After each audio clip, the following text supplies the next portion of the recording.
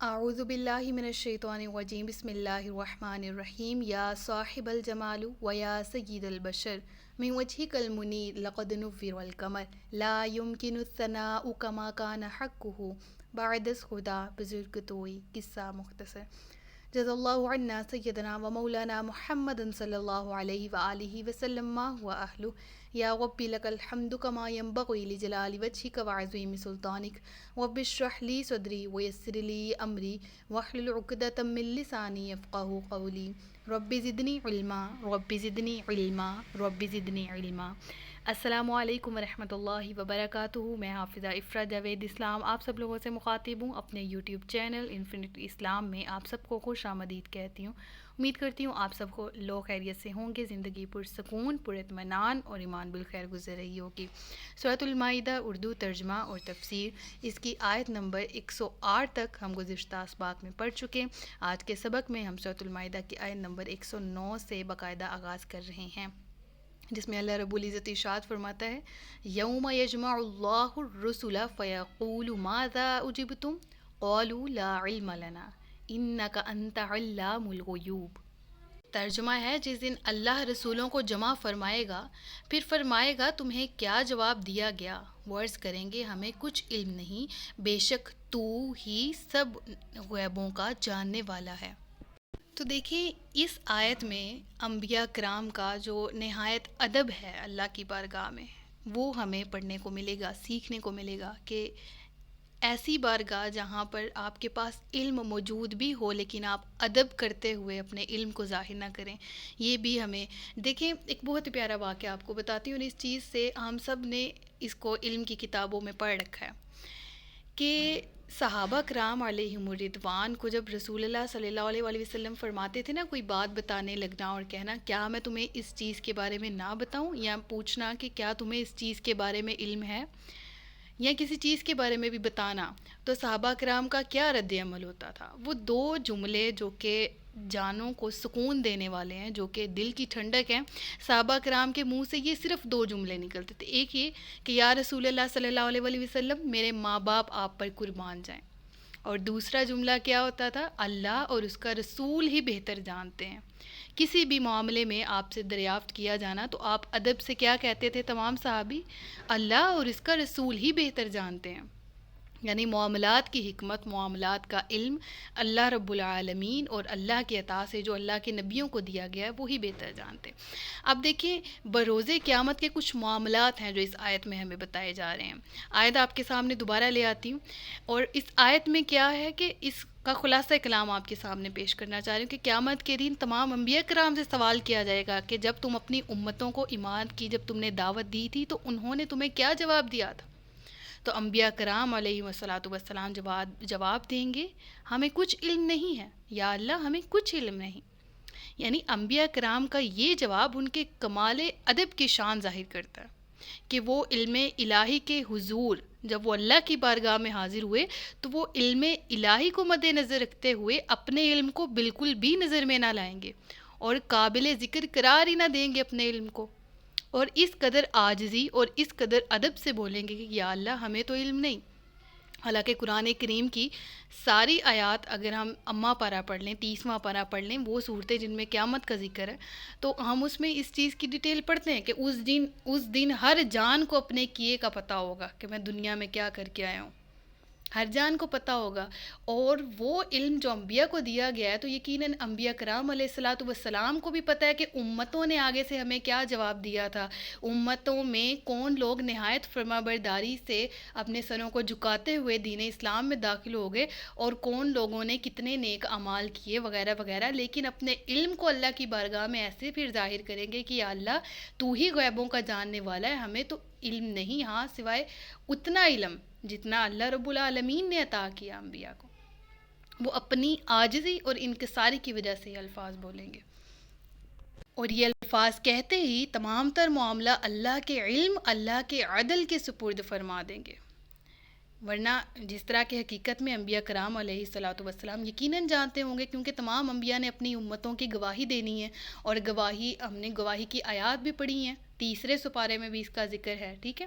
تو وہ سارے کا سارا علم جو کہ انبیاء جو ہیں وہ اپنی امتوں پر گواہ بنیں گے، اور پھر ان پر امت محمدی اور پھر امت محمدی کی گواہی نبی کریم صلی اللہ علیہ وآلہ وسلم خود دیں گے۔ اس چیز کا ذکر ہم نے ڈیٹیل میں پڑھ لیا ہوا ہے، سورۃ البقرہ میں، سورۃ آل عمران میں، جتنی صورتیں ہم پڑھ کے آئے ہیں ہمیں اس طرح کی آیات کا ذکر ملتا ہے۔ تو گواہی وہ دیں گے کیونکہ انہیں علم ہوگا، لیکن اس آیت میں کس چیز کا اظہار ہے؟ ادب کا، عاجزی کا، انکساری کا، جس کی وجہ سے وہ کہیں گے کہ اے اللہ تو بہتر جاننے والا ہے، تو بہتر علم والا ہے، تو بہتر عدل فرمانے والا ہے، لہٰذا تمام تر معاملہ ہم تیرے سپرد کرتے ہیں۔ اگلی آیت پڑھتے ہیں، آیت ہے وَإِذْ قَالَ اللَّهُ يَا عِيسَى ابْنَ مَرْيَمَ اذْكُرْ نِعْمَتِي عَلَيْكَ وَعَلَىٰ وَالِدَتِكَ، اور جب اللہ فرمائے گا اے مریم کے بیٹے عیسیٰ اپنے اوپر اور اپنی والدہ کے اوپر میرا وہ احسان یاد کر جب میں نے پاک روح سے تیری مدد کی۔ یہاں بروح القدس، اس سے مراد کون ہے؟ حضرت جبرائیل علیہ الصلوۃ والسلام۔ جب میں نے پاک روح سے تیری مدد کی تو کلم الناس فی المہد وکہلا، کیا فرمایا گیا؟ تو گہوارے میں، یہ گہوارہ جھولے کو کہتے ہیں، ٹھیک ہے، تو گہوارے میں اور بڑی عمر میں لوگوں سے باتیں کرتا تھا۔ گہوارے سے مراد چھوٹی عمر، وہ عمر جس میں بچہ جو ہے وہ جھولے میں ہوتا ہے، جھولا جھولتا ہے، اور حضرت عیسیٰ علیہ الصلوۃ والسلام نے بلا شبہ گواہی دی تھی اس عمر میں بھی جب بچے نہیں بولتے، آپ بولے تھے اور آپ نے کلام فرمایا تھا۔ پھر کیا فرمایا گیا، اور اس کی ڈیٹیل بھی آپ کے سامنے پیش کروں گی ابھی۔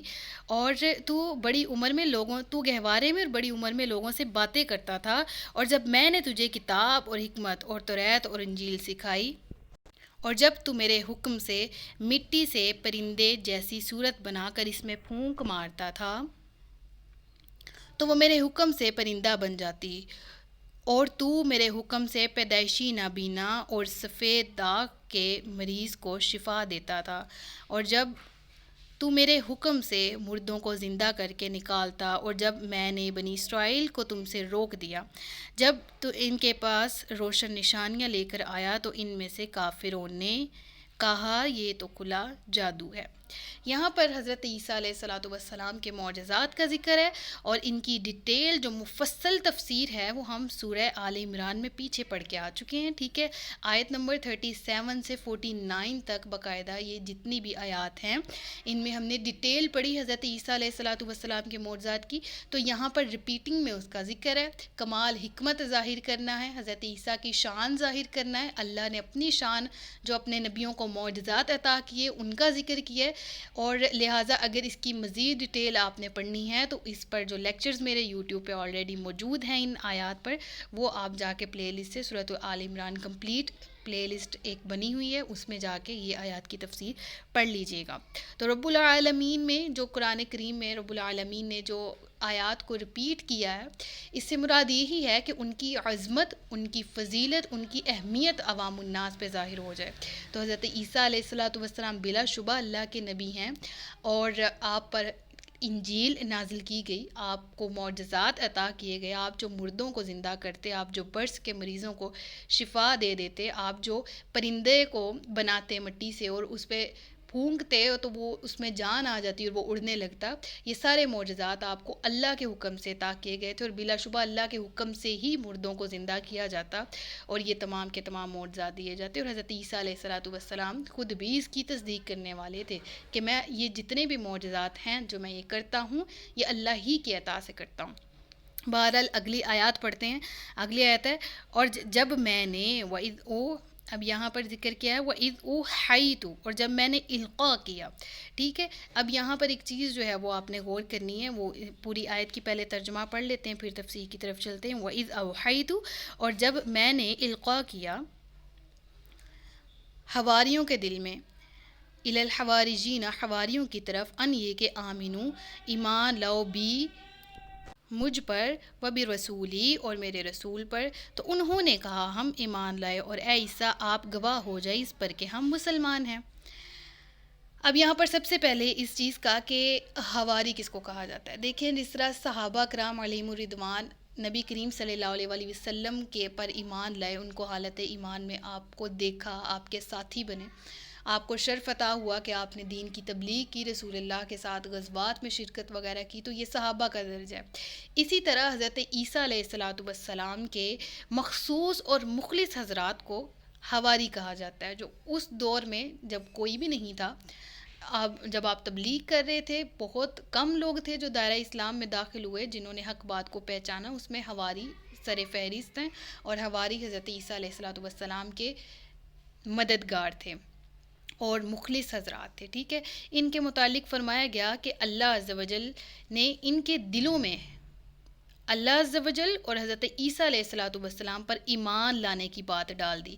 یہاں پر جو میں نے آپ کو کہا تھا بات غور کرنے والی ہے، وَإِذْ أَوْحَيْتُ، اور ہم نے اب یہاں پر لفظی معنی تو کیا ہے؟ وحی، لیکن وحی جو ہے وہ صرف انبیاء کے لیے خاص ہے، نبی کے لیے خاص ہے، تو ہم اس کا ترجمہ وحی نہیں کر سکتے، کیونکہ غیر نبی تک جو ہے وہ وحی نہیں اتر سکتی۔ قرآن کریم میں جہاں پر بھی غیر نبی کے لیے اوحیت لفظ استعمال ہوا ہے، یعنی وحی کا لفظ استعمال ہوا ہے، تو اس کا مطلب یہ ہے کہ یہ جو ہے وہ بات دل میں ڈال دینا، الہام کر دینا، دل میں بات کو القاء کر دینا، اس سے مراد ہے۔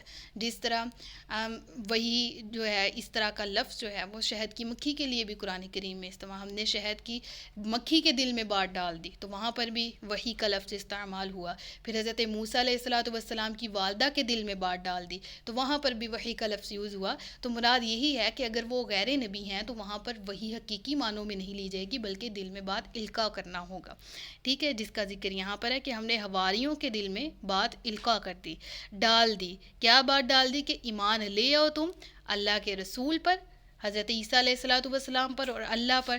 اور انہوں نے کیا کہا؟ انہوں نے کہا قالوا آمنا، ہم ایمان لائے، واشہد باننا مسلمون۔ اب دیکھیں، اب یہ والی آیت اس پچھلی آیت کی ترجمہ نہیں کرتی جس میں تھا نا کہ انبیاء کہیں گے، انبیاء سے پوچھا جائے گا کہ امتوں نے کیا جواب دیا، تو وہ کہیں گے اللہ تو جاننے والا ہے، ہمیں علم نہیں۔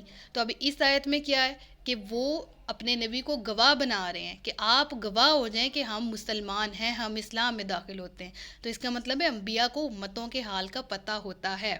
وہ والی آیت میں نے اس چیز کو ایکسپلین کر دیا کہ وہ ادب، عاجزی، انکساری اور اللہ کے علم کے آگے نہایت اپنے آپ کو جھکا دینے کی اور اللہ کی شان میں ادب کی وجہ سے وہ یہ الفاظ بولیں گے۔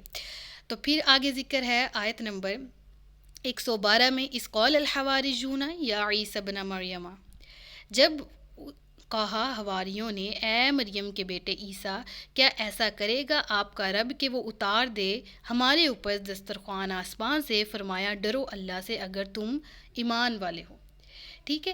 تو اب یہاں پر کیا ہے کہ حواریوں نے حضرت عیسیٰ علیہ السلام سے عرض کی ایک دفعہ، اور ان کا یہ عرض کرنا جو ہے وہ اس وجہ سے نہیں تھا کہ ہم دیکھیں کہ اللہ پاک ایسا کر سکتا ہے یا نہیں، نعوذ باللہ، ٹھیک ہے۔ ہم نے یہ واقعہ پڑھا پچھلے پاروں میں بھی، کیا پڑھا تھا؟ حضرت ابراہیم علیہ السلام کا، کہ جب آپ نے کہا اللہ میں تیری شان دیکھنا چاہتا ہوں، میں تیری قدرت کی کرشمے دیکھنا چاہتا ہوں، تو کیسے تو مردوں کو زندہ کرے گا قیامت کے دن؟ تو نعوذ باللہ کیا حضرت ابراہیم علیہ السلام کو یقین نہیں تھا؟ یقین تو تھا، لیکن آنکھوں سے توکل اور مضبوط کرنے کے لیے، نظروں سے دیکھنے کے لیے آپ نے اللہ سے فرمائش کی، تو رب العالمین نے پوری کی، دعا کی، رب العالمین نے قبول فرمائی۔ اسی طرح ان حواریوں نے بھی، اللہ کی شان پر کوئی ڈاؤٹ نہیں تھا ان کو، لیکن انہوں نے حضرت عیسیٰ علیہ السلام کو درمیان میں وسیلہ بناتے ہوئے کہ اے عیسیٰ، ہم آپ سے کہتے ہیں دعا کا کہ آپ کا رب آپ کی دعا قبول فرمائے گا کہ وہ ہمارے تک آسمان سے دسترخوان اتارے، ٹھیک ہے۔ تو حواریوں نے حضرت عیسیٰ علیہ السلام سے عرض کی کہ کیا آپ علیہ السلام کا رب ہم پر آسمان سے نعمتوں سے بھرپور دسترخوان اتارے گا؟ ان کی مراد یہ تھی کہ کیا اللہ تعالیٰ اس بارے میں آپ کی دعا قبول فرمائے گا؟ یہ مراد نہیں تھی کہ کیا آپ کا رب عز و جل ایسا کر سکتا ہے یا نہیں، کیونکہ وہ حضرات اللہ کی قدرت پر ایمان رکھتے تھے، ٹھیک ہے۔ یہ آیت کے ساتھ میں نے ایکسپلین بھی کر دیا۔ تو حضرت عیسیٰ نے کیا جواب دیا کہ اللہ تعالیٰ سے ڈرتے رہو، ایمان کا دامن ہاتھ سے نہ چھوڑو، ایمان کو اپنے پاس ہی رکھنا، یقیناً اللہ عز و جل دینے پر، عطا کرنے پر قادر ہے۔ اگر تم لوگوں کی یہ دعا ہے تو اللہ رب العالمین اس کو قبول بھی فرمانے والا ہے، لہٰذا تم اللہ سے ڈرتے رہو، تقوی اختیار کرتے رہو، اور ایمان اپنے پاس ضرور رکھنا۔ ایمان کے بغیر کوئی عمل، کوئی دعا، کوئی چیز کچھ بھی نہیں ہے. انسان کو ایمان اگر اس کے پاس ہے، توکل اس کے پاس ہے، تو وہ رب العالمین سے اپنی دل کی خواہشات رب العالمین کے سامنے رکھ سکتا ہے، جائز خواہشات، اور وہ تمنائیں اپنے پروردگار کے سامنے رکھ سکتا ہے. اللہ سے ڈرتے ہوئے، تقوی اختیار کرتے ہوئے اللہ سے دعائیں مانگ سکتا ہے. ٹھیک ہے، تو پھر انہوں نے آگے سے وجہ بھی بتا دی. اب دیکھیں آیت نمبر 113 میں وجہ بھی آ رہی ہے کہ انہوں نے کس وجہ سے دسترخوان کی جو ہے وہ تمنا کی. قالوا نريد ان ناكل منها ونطمئن قلوبنا ونعلم ان قد صدقتنا ونكون عليها من الشاهدين. کیا فرماتے ہیں انہوں نے، حواریوں نے کہا ہم یہ چاہتے ہیں کہ اس میں سے کھائیں اور ہمارے دل مطمئن ہو جائیں اور ہم آنکھوں سے دیکھ لیں کہ آپ نے ہم سے سچ فرمایا ہے اور ہم اس پر گواہ بھی ہو جائیں. یعنی اس آیت سے میں کیا پتہ چلتا ہے کہ حواریوں کے جواب نے یہ بات واضح کر دی کہ انہوں نے قدرت الہی میں شک و شبہ کی وجہ سے سابقہ جو پچھلی آیت میں مطالبہ ہے وہ انہوں نے شک و شبے کی بنیاد پہ نہیں کیا تھا، بلکہ اس کا مقصد کچھ اور تھا. مقصد کیا تھا کہ ہم چاہتے ہیں کہ ہمارے دل مطمئن ہو جائیں، ہم اس میں سے کھائیں، ہم اپنی آنکھوں سے اللہ کی قدرت کے کرشمے دیکھیں، اور ہم یہ بھی دیکھیں کہ رب العالمین کہ آپ سچے نبی ہیں اور ہم اس تمام معاملے پر گواہ بھی ہو جائے. پھر کیا ہوا؟ حواریوں نے جب یہ درخواست کی نا، دعا کی درخواست، تو حضرت عیسیٰ علیہ السلام نے انہیں 30 روزے رکھنے کا حکم دیا اور فرمایا کہ جب تم ان روزوں سے فارغ ہو جاؤ گے تو اللہ سے جو دعا کرو گے قبول ہوگی.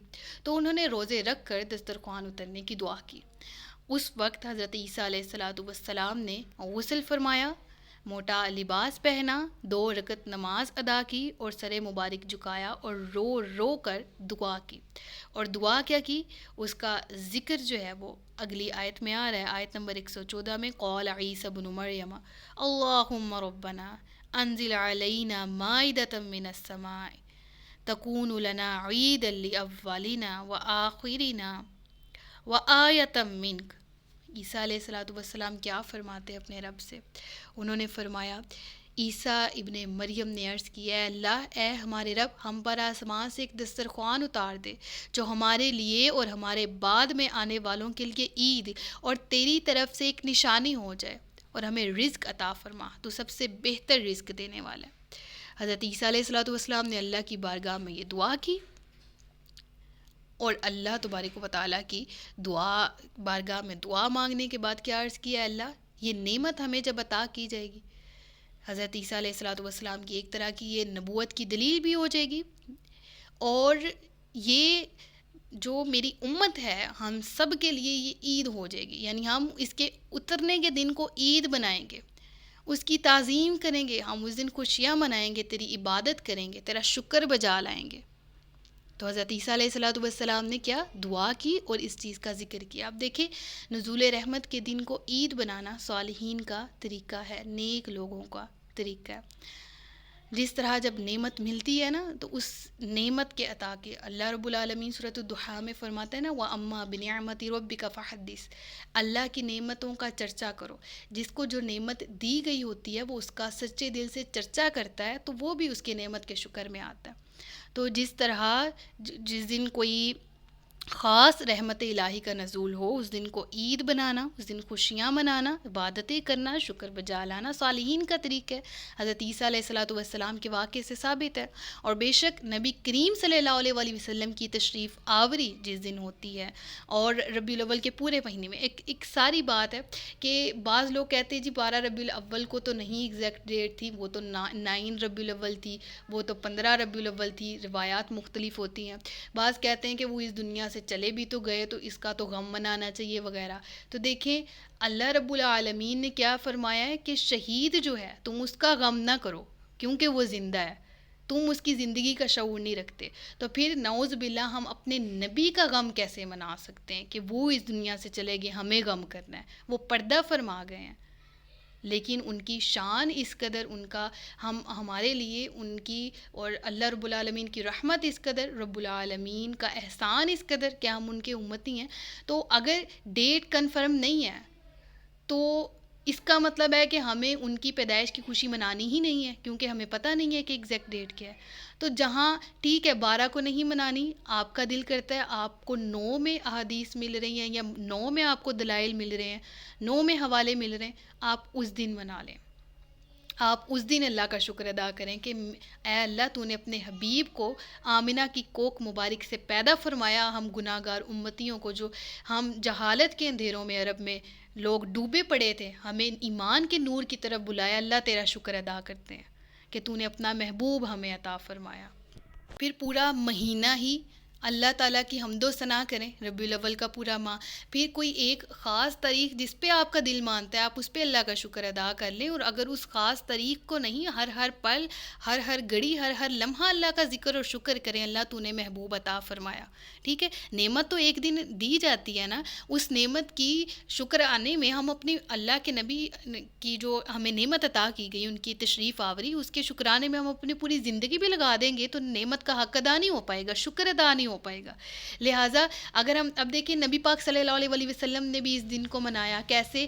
ہر سوموار کو روزہ رکھتے تھے آپ، ثابت ہے نا احادیث سے، سوموار کے دن آپ پیدا ہوئے تھے اور آپ ہر سوموار کو روزہ رکھتے تھے، تو آپ پیارے آقا علیہ الصلوۃ والسلام کی پیدائش کی خوشی میں اسی طرح عبادات کریں، نوافل روزے رکھیں، نوافل ویسے ادا کریں۔ رب العالمین کے محبوب صلی اللہ علیہ وآلہ وسلم اس دنیا میں آئے، مومنوں کے لیے راحت، مومنوں کے لیے سب سے بڑی نعمت، اور مومن اس نعمت کا چرچا کرتے تھے، کرتے ہیں، اور انشاءاللہ قیامت تک کرتے رہیں گے۔ تو حضرت عیسیٰ علیہ الصلوۃ والسلام نے جب ایسا فرمایا، اس کا ذکر ہم نے سورۃ المائدہ کے بالکل آغاز میں آیت نمبر 3 میں بھی ہم نے اس کا ذکر کیا تھا نا، کہ الیوم اکملت لکم دینکم واتممت علیکم نعمتی ورضیت لکم الاسلام دینا۔ جب یہ آیت نازل ہوئی تو ایک یہودی کہتا ہے یہ ہم پر اترتی تو اس دن ہم اس دن کو عید بنا لیتے ہیں، اور حضرت عبداللہ بن عباس رضی اللہ تعالیٰ عنہ نے فرمایا یہ آیت ہماری 2 عیدوں کے دن میں اتری، یعنی جمعہ اور عرفات۔ تو جمعۃ المبارک بھی تو مومنوں کے لیے عید کا دن ہی ہوتا ہے، عید الفطر بھی عید کا دن ہوتا ہے، عید الاضحیٰ بھی عید کا دن ہوتا ہے۔ پیارے آقا علیہ الصلوۃ والسلام جب اس دنیا میں آئے وہ بھی خوشی کا دن ہوا، وہ بھی عید کا دن ہوا۔ پھر اگلی آیت پڑھتے ہیں، قال اللہ انی منزلها علیکم، اللہ نے فرمایا بے شک میں وہ تم پر اتارتا ہوں، پھر اس کے بعد جو تم میں سے کفر کرے گا تو بے شک میں اسے عذاب دوں گا کہ سارے جہان میں کسی کو نہ دوں گا۔ استغفر اللہ۔ یعنی عیسیٰ علیہ الصلوۃ والسلام کی دعا کے بعد اللہ عز و جل نے فرمایا کہ میں وہ دسترخوان اتارتا ہوں، لیکن اس کے نازل ہونے کے بعد جو کفر کرے گا، اور بے شک میں اسے پھر عذاب دوں گا، ایسا عذاب کہ سارے جہان والوں میں کسی کو نہ دوں گا۔ چنانچہ آسمان سے دسترخوان نازل ہوا، اس کے بعد جنہوں نے کفر کیا تو وہ صورتیں مسخ کر کے خنزیر بنا دیے گئے، اور 3 روز میں وہ سب کے سب ہلاک ہو گئے۔ استغفر اللہ۔ تو اس آیت سے بھی پتہ چلتا ہے کہ کفران نعمت بھی نعمت کے زوال کا باعث بنتی ہے، نعمت کی ناشکری، ناقدری کرنا بھی نعمت چھن جانے کا باعث بنتا ہے۔ اللہ تعالیٰ ہم سب کو نعمتوں کے شکر گزاری کی توفیق عطا فرمائے۔ اگلے رکوع میں بھی عقیدہ تثلیث اور حضرت عیسیٰ علیہ الصلوۃ والسلام کے متعلق جو برے باطل عقائد ہیں، حضرت بی بی مریم کے متعلق جو من گھڑت عقائد عیسائیوں نے، نصارہ نے نکال رکھے ہیں، ان کا ذکر کیا جائے گا، ڈیٹیل میں پڑھیں گے انشاءاللہ عز و جل۔ اب تک کے لیے اسی رکوع کے لیے اتنا ہی۔ صدق اللہ العلی العظیم وصدق رسولہ النبی الکریم ونحن علی ذلک من الشاہدین والشاکرین وما علینا الا البلاغ المبین۔ سچ فرمایا اللہ نے جو عظمت والا ہے۔ اللہ سے دعا ہے کہ میرے پڑھانے میں جان بوجھ کر یا انجانے میں ہونے والی غلطی یا کوتاہی کو معاف فرمائے، ہم سب کو صحیح معنوں میں علم نافع اور عمل خیر کی توفیق عطا فرمائے۔ مجھے دعا میں یاد رکھیے گا، اپنا خیال رکھیے گا، اپنے سے زیادہ دوسروں کا۔ تاجدار ختم نبوت زندہ باد، پاکستان ہمیشہ زندہ باد۔ السلام علیکم ورحمۃ اللہ وبرکاتہ۔